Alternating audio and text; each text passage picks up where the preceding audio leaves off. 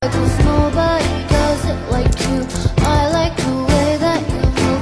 That's why I never go through with leaving you. Everybody. Assalamualaikum warahmatullahi wabarakatuh. Kami dari kelompok pengauditan dengan tema Prosedur Audit Keseluruhan Terintegrasi Standar Akuntansi 520 dengan menggunakan panduan teknologi Digital Transformation. Perkenalkan, nama saya Bagus Bima Firmansyah dengan NIM akhir 066. Hai, perkenalkan, saya Maria Veneranda dengan NIM 2024017065. Hai guys, perkenalkan nama saya Naswa Nurul Hanifah dengan NIM 2024017016. Nah, kalian tahu nggak sih bagaimana informasi dapat meningkatkan pengendalian internal? Nah, ini tuh karena perbaikan output bergantung pada respon terhadap kesalahan mesin. Pengendalian perangkat keras memungkinkan deteksi kesalahan sistem dan auditor menilai tindak lanjut klien terkait kegagalan tersebut. Nah, ini ada beberapa perubahan pengendalian internal yang diakibatkan oleh pengintegrasian TI ke dalam sistem akuntansi. Nah, ini ada dua. Untuk yang poin pertama, ada pengendalian komputer menggantikan pengendalian manual. Teknologi informasi dapat memproses transaksi kompleks dalam jumlah besar dengan cepat dan konsisten, yang mengurangi kesalahan manusia dan salah saji. Selain itu, TI memungkinkan pengendalian internal dan pengamanan online diotomatisasi, yang meningkatkan pemisahan tugas dan mengurangi kemungkinan kecurangan. Untuk yang kedua, ada tersedia informasi yang bermutu lebih tinggi. Aktivitas TI yang kompleks mendorong pengelolaan yang terorganisir dan terdokumentasi dengan baik, yang menghasilkan informasi yang lebih cepat dan berkualitas dibandingkan sistem manual, dan keandalan informasi yang membantu manajemen membuat keputusan yang lebih baik. Nah, selanjutnya, menilai resiko teknologi informasi. Meskipun teknologi informasi membuat sistem manual lebih aman, ia juga menimbulkan ancaman baru pada sistem TI. Jika ancaman ini diabaikan atau sistem TI gagal, organisasi dapat mengalami gangguan yang parah dan memungkinkan salah saji material dalam laporan keuangan meningkat. Nah, ini juga ada 3 resiko khusus pada sistem TI. Untuk yang pertama ada resiko pada perangkat keras dan data. Kedua ada jejak audit yang berkurang. Dan terakhir ada kebutuhan akan pengalaman TI dan pemisahan tugas TI. Untuk pertama ada resiko pada perangkat keras dan data. Poin A ada ketergantungan pada kemampuan berfungsi perangkat keras dan lunak. Nah, perlindungan fisik perangkat keras, perangkat lunak, dan data sangat penting untuk mencegah kerusakan akibat penggunaan tidak semestinya, sabotase atau lingkungan yang merugikan seperti api, panas, kelembapan, dan air. Poin B ada kesalahan sistematis versus kesalahan acak. Kesalahan yang disebabkan oleh manusia berkurang ketika prosedur berbasis teknologi digunakan. Tetapi kesalahan sistematis dapat meningkat. Perangkat lunak dapat diprogram secara keliru atau diubah tanpa pengendalian yang memadai, yang menyebabkan kesalahan ini terjadi pada banyak transaksi sekaligus. Apabila jejak audit tidak memadai dan sistem tidak dapat menemukan transaksi tidak biasa, maka akan mengakibatkan risiko meningkat. Nah, poin C ada akses yang tidak sah. Sebagai akibat dari kemampuan sistem akuntansi berbasis TI untuk mengakses data secara online, termasuk dari jarak jauh, ada kemungkinan terjadi akses tidak sah. Pihak tidak berwenang dapat menggunakan perangkat lunak dan file induk secara tidak semestinya, dan tidak ada pengamanan yang memadai seperti kata sandi dan ID pengguna. Nah, Terakhir ada hilangnya data. Penyimpanan data terpusat pada sistem TI meningkatkan resiko kehilangan atau kerusakan data yang dapat menyebabkan salah saji laporan keuangan dan bahkan mengganggu operasi entitas. Yang kedua ada jejak audit yang berkurang. Nah, ini ada 3 poin. Untuk poin pertama ada visitabilitas jejak audit. Karena data langsung masuk ke komputer, penggunaan TI mengurangi bahkan menghilangkan dokumen sumber sebagai jejak audit. Akibatnya, untuk menelusuri dan memverifikasi informasi akuntansi diperlukan pengendalian tambahan untuk menggantikan fungsi jejak audit konvensional. Untuk yang B, ada keterlibatan manusia yang berkurang. Karyawan dalam sistem TI seringkali tidak melihat hasil akhir transaksi, yang membuat sulit untuk menemukan kesalahan pemrosesan. Output yang ringkas dan keyakinan bahwa hasil komputer selalu benar juga menurunkan kemampuan karyawan untuk menemukan kesalahan pemrosesan. Nah, untuk poin terakhir ada tidak adanya otoritas tradisional. Karena sistem TI yang canggih dapat memproses transaksi secara otomatis. Otorisasi sangat bergantung pada perangkat lunak yang tepat dan keakuratan data dalam file induk. Nah, yang terakhir ada kebutuhan akan pengalaman TI dan pemisahan TI.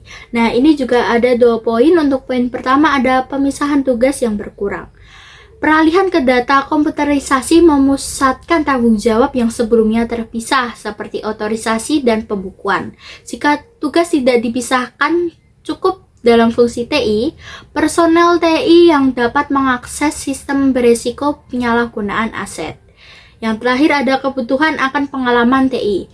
Jika perusahaan menggunakan sistem akuntansi berbasis TI, mereka juga harus memiliki atau merekrut staf TI yang berpengalaman untuk memasang, memelihara, mengoperasikan sistem. Reliabilitas sistem dan informasi yang dihasilkan sangat bergantung pada kualitas sumber daya manusia TI, baik dalam perusahaan maupun luar perusahaan. Nah, yang pertama ada pengendalian umum. Ini tuh juga ada 6 kategori pengendalian umum TI mempengaruhi seluruh fungsi TI dan pengendalian aplikasi.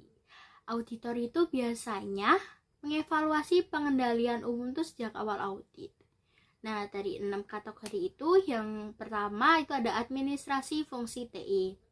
Melalui pengawasan alokasi sumber daya dan keterlibatan dalam pengambilan keputusan TI, Dewan Direksi dan Manajemen Senior menentukan prioritas TI dalam organisasi.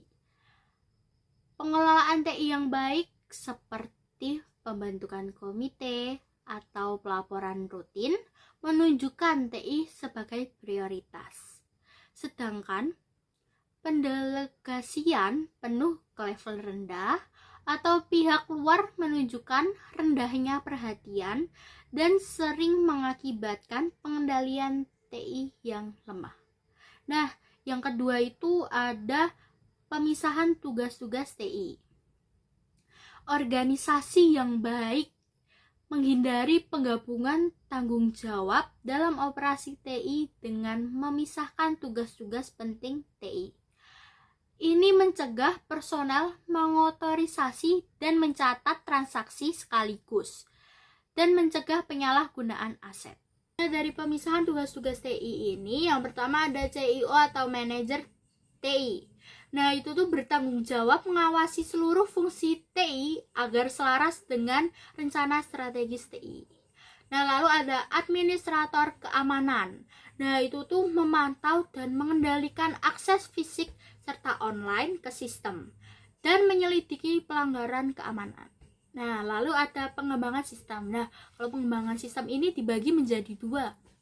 Yang pertama ada analis sistem. Itu merancang sistem aplikasi dan mengkoordinasikan pengembangannya bersama personel TI dan pengguna.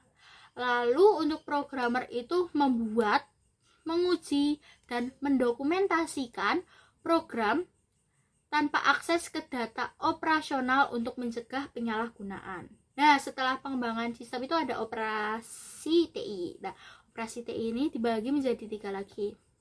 Ada operator komputer, ada pustakawan, dan ada administrator jaringan.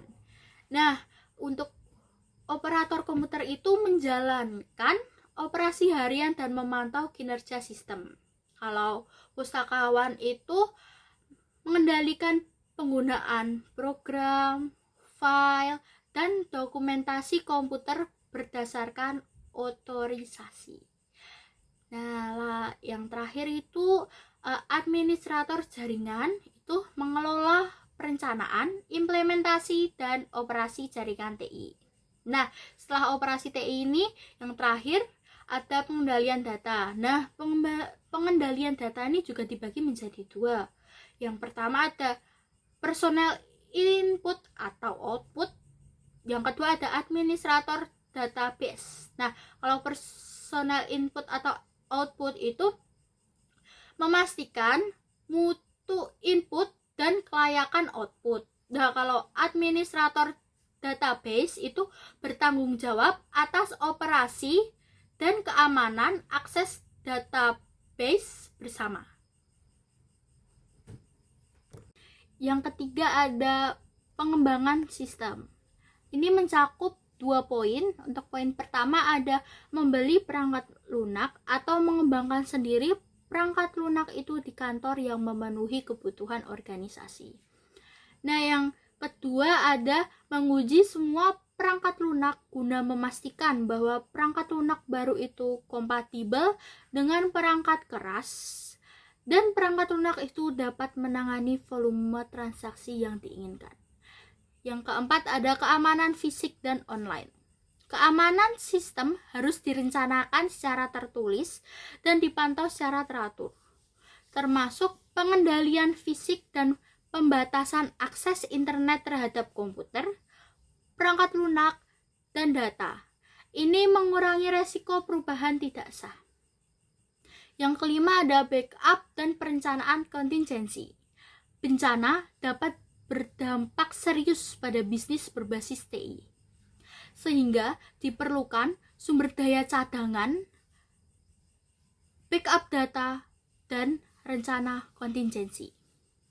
Rencana tersebut mencakup menyimpan salinan penting, penyediaan perangkat keras alternatif, serta penggunaan pusat data atau jasa TI offsite agar operasi tetap berjalan saat terjadi gangguan besar.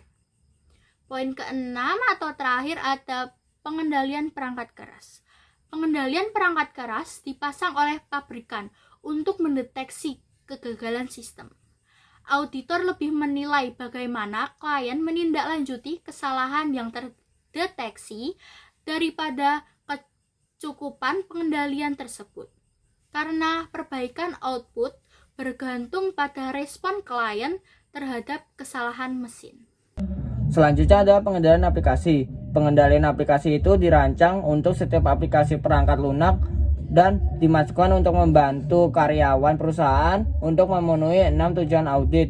Di dalam pengendalian aplikasi ini memiliki 2 metode. Yang pertama itu metode pengendalian manual dan juga metode menggunakan otomatis. Yang manual itu dengan dilakukan oleh karyawan, sedangkan otomatis itu dilakukan secara otomatis menggunakan mesin. Di dalam pengendalian aplikasi itu memiliki 3 metode, yaitu selanjutnya kita akan membahas dampak TI terhadap proses audit. Auditor itu harus memahami pengendalian internal yang meliputi pengendalian umum dan juga pengendalian aplikasi, tanpa melihat apakah sistem TI klien itu kompleks atau sederhana. Pemahaman ini itu penting karena pengendalian umum mempengaruhi efektivitas pengendalian aplikasi dalam mengurangi risiko audit. Oleh karena itu, auditor harus mengevaluasi pengendalian umum dan juga mengevaluasi pengendalian aplikasi. Dan di sini khususnya dalam penilaian pengendalian internal itu atas pelaporan keuangan itu memiliki 4 kategori dan saya akan membahas selanjutnya. Yang pertama itu ada pengaruh pengendalian umum terhadap resiko pengendalian. Ini memiliki 3 jenis, yaitu yang pertama itu pengaruh pengendalian umum terhadap aplikasi sistem, yaitu maksudnya pengendalian umum itu yang tidak efektif akan menimbulkan potensi salah saji material pada semua aplikasi sistem. Yang kedua itu jenisnya ada pengaruh pengendalian umum terhadap perubahan perangkat lunak. Ketika klien mengganti perangkat lunak, auditor harus mengevaluasi apakah diperlukan pengujian tambahan atau tidak. Yang terakhir itu ada memahami pengendalian umum klien. Biasanya auditor itu memperoleh informasi tentang pengendalian umum dan aplikasi melalui cara-cara berikut. Dan next, selanjutnya yang kedua. Yang kedua itu ada pengaruh pengendalian TI terhadap pengendalian dan pengujian. Ini memiliki 2 jenis. Yang pertama itu ada mengaitkan pengendalian TI dengan tujuan audit yang berkaitan dengan transaksi. Karena pengendalian umum itu mempengaruhi tujuan audit dalam beberapa siklus, maka jika ada pengendalian umumnya yang tidak efektif, kemampuan auditor itu dapat menggunakan pengendalian aplikasi untuk mengurangi resiko pengendalian umum. Dan jenis kedua yaitu ada pengaruh pengendalian TI terhadap pengujian substantif. Setelah mengidentifikasi pengendalian aplikasi, khususnya yang dapat digunakan untuk mengurangi resiko, pengendalian auditor itu dapat dilalui untuk mengurangi pengujian substantif, karena pengendalian aplikasi itu yang terotorisasi itu bersifat menguji. Dan yang ketiga selanjutnya, Yang berikut ada auditing dalam lingkungan TI yang kurang kompleks. Nah, banyak organisasi yang merancang dan menggunakan perangkat lunak akuntansi untuk memproses transaksi bisnis sedemikian rupa sehingga dokumen sumber dapat dilacak kembali dalam format yang dapat dibaca serta dapat ditelusuri dengan mudah melalui sistem akuntansi ke output. Nah, sistem seperti itu tetap menggunakan banyak dokumen seperti sumber tradisional, yaitu yang pertama pesanan pembelian pelanggan, yang kedua catatan pengiriman dan penerimaan, dan yang ketiga itu faktur penjualan dan vendor. Nah, selanjutnya banyak organisasi dengan lingkungan TI yang tidak rumit seringkali sangat bergantung pada mikrokomputer untuk melakukan fungsi-fungsi sistem akuntansi. Penggunaan mikrokomputer dapat menimbulkan pertimbangan audit yang unik seperti 1. Ketergantungan yang terbatas pada pengendalian yang terotomatisasi. Nah, pengendalian yang terotomatisasi seringkali dapat dilakukan sebagai contoh program perangkat lunak mikrokomputer yang dimana dapat di-download pada hard drive komputer dengan format yang tidak memungkinkan dan diubah oleh personel klien yang membuat risiko perubahan yang tidak diotorisasi dalam bentuk perangkat lunak menjadi rendah. Dan yang kedua itu ada akses ke file induk, yang apabila penggunaan mikrokomputer audit harus memperhatikan akses ke file induk oleh orang-orang yang tidak berwenang. Dan yang ketiga itu ada resiko virus komputer. Virus komputer dapat menyebabkan kehilangan data dan program, yang dimana virus-virus ini dapat merusak file elektronik atau menyebabkan slowdown jaringan komputer pada secara keseluruhan. Dan yang keempat, ada auditing dalam lingkungan TI yang lebih kompleks, yaitu pendekatan data pengujian atau text data approach. Auditor memproses data pengujian sendiri dengan menggunakan sistem kompleks klien dengan program aplikasi untuk menentukan apakah pengendalian yang terotomatisasi dapat memproses dengan tepat oleh data pengujian itu. Nah, jika menggunakan pendekatan data pengujian, auditor mempunyai 3 pertimbangan utama. Yang pertama itu ada data pengujian yang harus mencangkup semua kondisi yang relevan yang ingin diuji auditor, yaitu auditor harus merancang dan menguji untuk menguji semua pengendalian kunci berbasis komputer dengan memasukkan data klien realistik yang mungkin akan menjadi bagian dari pemrosesan normal klien termasuk transaksi sah dan tidak sah. Dan yang kedua itu ada program aplikasi yang diuji oleh data pengujian auditor harus sama dengan yang digunakan klien sama selama tahun berjalan, yang dimana salah satu pendekatan ini menjalankan data pengujian atas dasar kejutan yang dimana memungkinkan secara tidak selama tahun berjalan walaupun agak mahal dan menghabiskan banyak waktu. Dan yang ketiga, data pengujian harus dieliminasi dari catatan klien. Nah, auditor harus menghilangkan data pengujian dalam file induk klien setelah pengujian itu selesai demi menjaga file induk dan file transaksi tercemar atau terotomatisasi secara permanen akibat pengujian auditor. Yang berikut ada simulasi paralel. Simulasi paralel seringkali menggunakan perangkat lunak yang dikembangkan oleh auditor untuk melaksanakan operasi yang sama dengan yang dilaksanakan oleh perangkat lunak klien dengan menggunakan file data yang sama. Nah, tujuannya itu untuk menentukan keefektifan pengendalian yang terotomatisasi dan untuk mendapatkan bukti tentang saldo akun elektronik. Pendekatan pengujian ini disebut pengujian simulasi paralel atau parallel simulation testing. Nah, beberapa auditor juga menggunakan perangkat lunak Spearseed untuk melaksanakan pengujian simulasi paralel yang sederhana. Beberapa penggunaan umum dari perangkat lunak audit tergeneralisasi. Dua di antaranya akan dibahas secara rinci. Yang pertama, perangkat lunak tergeneralisasi digunakan untuk menguji pengendalian yang terotomatisasi, yang dimana auditor akan memperoleh salinan file induk batas kredit pelanggan milik klien serta pesanan file pelanggan, dan kemudian menginstruksikan komputer auditor untuk membuat daftar transaksi yang melebihi batas kredit pelanggan yang diotorisasi. Yang kedua, perangkat lunak audit tergeneralisasi digunakan untuk memverifikasi saldo akun klien, yang dimana auditor dapat menggunakan perangkat lunak itu untuk menjumlahkan file induk piutang usaha pelanggan guna menentukan apakah totalnya sesuai dengan saldo buku besar. Yang berikut pendekatan modal audit tertanam. Ketika menggunakan pendekatan modul audit terintegrasi, auditor menyisipkan modul audit dalam sistem aplikasi klien untuk mengidentifikasi jenis transaksi tersebut.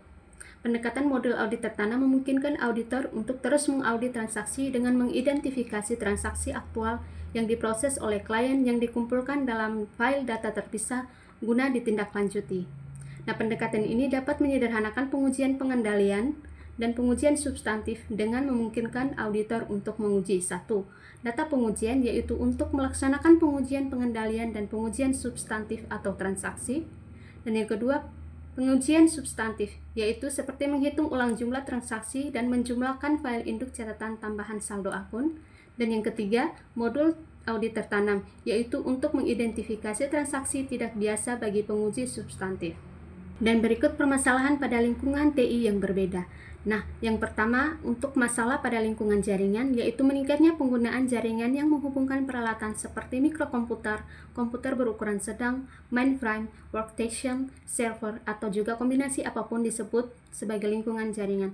Dan yang pertama ada local area network atau LAN, yaitu menghubungkan peralatan dalam satu atau cluster bangunan yang kecil dan hanya digunakan dalam satu perusahaan. Dan yang kedua ada wide area network atau WAN, yaitu untuk menghubungkan peralatan dalam daerah geografis yang lebih luas termasuk operasi global. Dan sebagai besar pengendalian umum diterapkan kepada jaringan klien yang besar. Bagi perusahaan lain, lingkungan jaringan menimbulkan masalah pengendalian karena satu, dukungan TI dan keterbatasan pemakaian terpusat, dan yang kedua, operasi jaringan yang tidak terdesentralisasi. Yang ketiga, jaringan komputer terdiri dari berbagai gabungan peralatan dan prosedur yang memungkinkan tidak mempunyai opsi keamanan standar. Yang berikut B, masalah pada sistem database.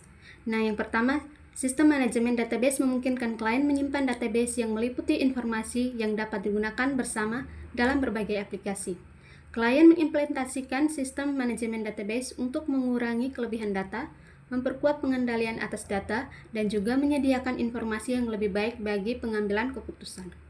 Dan yang kedua, ada sistem enterprise resource planning, yaitu mengintegrasikan berbagai aspek aktivitas organisasi di dalam satu sistem informasi akuntansi, seperti ERP berfokus pada antara tiga fungsi, yaitu akuntansi, operasional, dan non-akuntansi.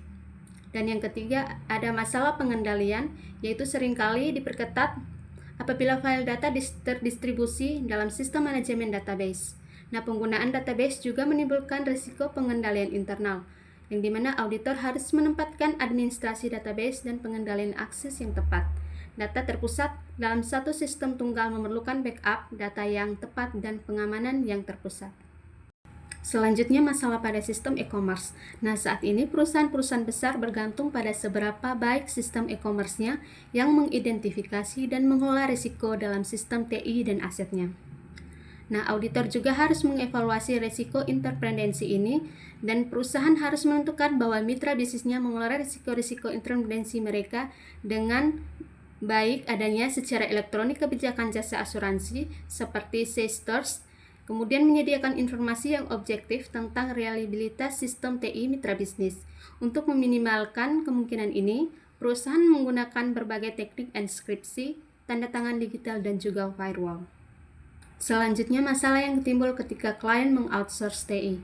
Nah, banyak klien mengoutsource beberapa atau semua kebutuhan TI-nya kepada pusat pelayanan atau service center, komputer yang independen, termasuk penyedia jasa aplikasi, dan bukan penyelenggara pusat TI internal. Yang pertama, memahami pengendalian internal dan sistem outsource. Yang kedua, ketergantungan pada auditor pusat jasa.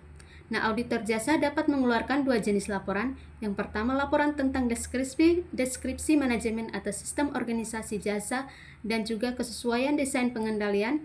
Dan yang kedua, laporan tentang deskripsi manajemen atau sistem organisasi jasa dan kesesuaian desain serta keefektifan pelaksanaan pengendalian.